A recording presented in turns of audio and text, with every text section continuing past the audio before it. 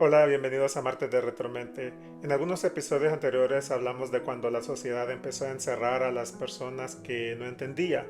El manicomio apareció como respuesta al miedo, al desorden o a lo desconocido. Pero lastimosamente la historia no se quedó ahí. Porque una vez que las personas estaban encerradas, vino otra pregunta. ¿Y ahora qué hacemos con ellas? Hoy en Martes de Retromente entramos a la segunda parte de esa historia. No solo el encierro, sino el intento de moldear la conducta. Hoy hablamos de cuando sanar no era el objetivo. Así que prepara tu café y viajemos juntos al pasado. Martes de Retromente, un viaje al tiempo y lo que la mente siente.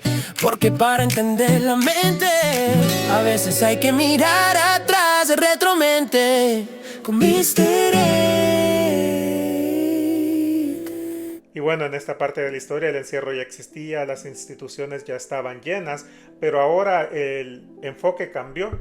Ya no se trataba solo de separar a las personas de la sociedad, sino de hacer que dejaran de ser problemáticas, ¿no? La meta no era entender el sufrimiento, era que aprendieran a comportarse. La pregunta dejó de ser ¿qué le pasa a esta persona? Y empezó a ser más ¿cómo hacemos para que ya no altere el orden, para que encaje en la sociedad? Ahí es donde la historia de la salud mental se vuelve más dura, porque el tratamiento empezó a parecerse más a la disciplina que en realidad al cuidado.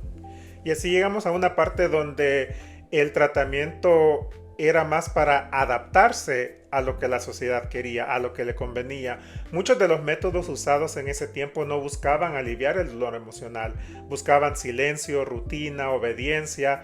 Las personas eran sometidas a horarios estrictos, a trabajos repetitivos, a normas bien rígidas. Se creía que si alguien aprendía a comportarse, entonces estaba mejor. Pero comportarse no siempre significaba sanar en realidad. Y esta era una lógica como que más social que médica, mantener estabilidad, evitar conflictos, asegurar control, todas esas creencias erróneas en ese momento. Y bueno, ahora déjame darte el dato curioso de esta historia, porque en muchos lugares se consideraba que un tratamiento había funcionado si la persona dejaba de expresar emociones intensas, si ya no lloraba, si ya no gritaba, si ya no cuestionaba a la sociedad. Eso era interpretado como mejoría. Hoy sabemos que muchas veces no era recuperación, simplemente era que estas personas ya estaban resignadas. Pero en ese momento histórico el silencio se confundía con la salud. Y como en toda etapa de la historia, siempre aparece alguien que empieza a notar algo que no está funcionando bien, que no encaja. Y aquí es donde aparece nuestro personaje histórico de este episodio. Uno de los primeros en cuestionar estas prácticas fue el francés Jean-Baptiste Poussin. Perdón si lo pronuncio mal. Poussin trabajaba dentro de instituciones y veía el trato diario hacia las personas, ¿no? Y empezó a observar algo sencillo pero poderoso en su momento.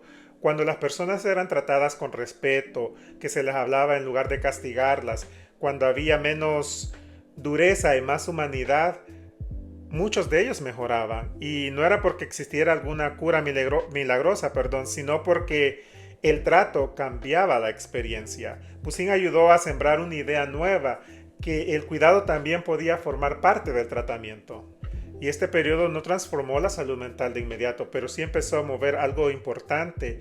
La historia empezó a cambiar cuando la pregunta pasó lentamente de ser ¿cómo controlamos a esta persona? A ¿cómo lo tratamos y cómo le ayudamos a mejorar?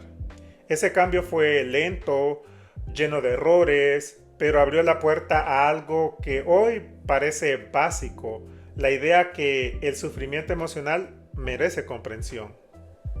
Mirar esta etapa ahora puede incomodar un poco, ¿no? Pero también nos ayuda a entender por qué hoy insistimos tanto en una salud mental más humana, por qué los que nos dedicamos a esto de la salud mental tratamos y luchamos día con día a romper esos estigmas que aún existen, porque todavía hay mucho camino por recorrer para que lleguemos a una salud mental plena, compleja, que en realidad ponga como prioridad a la persona.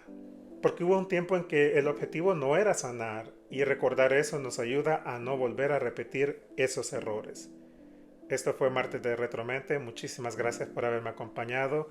Recuerda suscribirte si aún no lo has hecho, activar la campanita, déjame tu like, comparte con alguien que le guste aprender sobre la historia de la salud mental. Déjame en los comentarios qué opinas tú, qué piensas de cómo ha evolucionado la salud mental hasta nuestros días.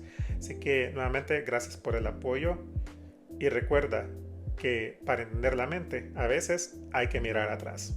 Nos vemos, hasta la próxima.